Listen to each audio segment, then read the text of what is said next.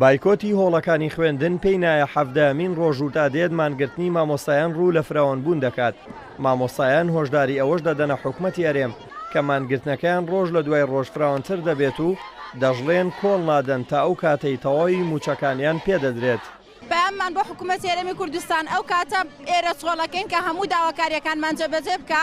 داواکاری سەرەتاییە هەمووی داواکارمان ئەوەیە کە موچەی مانگی 8 دەمان باتێن. پەروەردە فێری کردوین کە ئێمە لە پێش مامۆستایانمانەوە بین، کەسی قیادا کەسی سەرکردە نابێ لە دواوە بێ، ئەبێ لەگەڵ مامۆستاکانی بێ، لەگەڵ داواکاریەکانیان بێ. وەک بەڕێوەبەرێک لە بەڕێوەبەراتی پەروەردەی کوێ سەر بە بەڕێوەبەراتی پەروەردەی گشتی ئەولێر هاتووم بۆ ئەوەی داواکاریە ڕەواکانی فەرمانبەران و مامۆستان و پێشمەرگە هەمووی بچەسبێ. هیوادارم دەسەڵات و حکوومەت گوێیەک بۆ ئەم خەباتە مەدەنیە ڕابگرێ. ئەگەر ئەڵێن خەباتەکانی ترت و موتیژی کیا بووە، ئەمە ماوەی 15 ڕۆژە مامۆستایان بۆ پەڕی پش و درێژیەوە داوای مافەکانی خۆیانەکەن. و ئەوەی کە لە ڕابردووژە هەبوو هەفتا بەڕێوەبەر تا ڕۆژی پێنجشەممە ئیمزای کۆ کردبووە. ئەمڕۆ بە چاوی خۆتانەوە ڕاگەیانەکانیش لێرە ئامادەبوون زیاتر لە 40 مدیری تر ئەمڕۆ لێرە بەڕێوەبەری پەروەردەکانی سنووری سلێمانی ئیمزایان کۆ کردەوە کە دەرگای قوتابخانەکان داخرێ و قوتابخانە بەڕاستی ناکرێت. هیواداری ئەم جارش هەر بەڵێن و وعد نەبێ، هیواداری ئەم جارە کردار بێ، بە کردار بمان بسەلمێنن.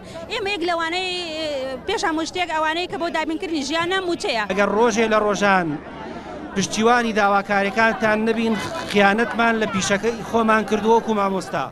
بەڕێوەبەری گشتی پەروەردەی سلێمانیش مامۆستایانی مانگرتووی بەسەر کردەوە و پشتیوانی لێکردن. ڕایشی گەیاند هەرگیز بیرمان لە سزادانی مامۆستایانی مانگرتوو نەکردوێتەوە.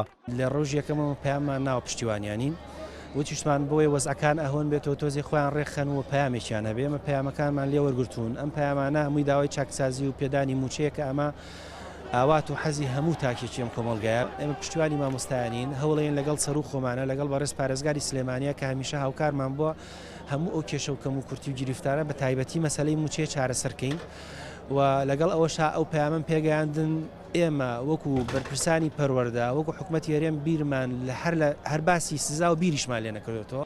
با پێی زانیاریەکانی کورسات نیوز لە سنووری بەڕێوەبەراتی گشتی پەروەردەی سلێمانی 40,000 مامۆستا هەیە و ژمارەی خوێندکارانیش 500,000 تێپەڕاندووە. لە ئێستاشدا بەشێکی زۆر لە مامۆستایان دەرگای خوێندنگە و قوتابخانەکانیان داخستووە و بایکۆتی خوێندنیان کردووە.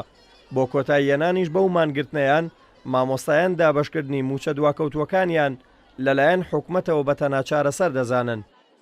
ئەگەرچی بڕیار بوو ئەمڕۆ کۆتایی بە بایکۆتی مامۆستایان بهێنرێت و بگەڕێنەوە هۆڵەکانی خوێندن، بەڵام نە کۆتایی پێنێنرا، بەڵکو ژمارەی مامۆستایانی مانگرتوو 3 هێندە زیادی کرد.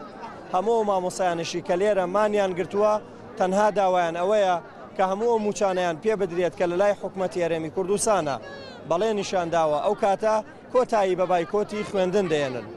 دلێر کەمال کورسات نیوز سلێمانی.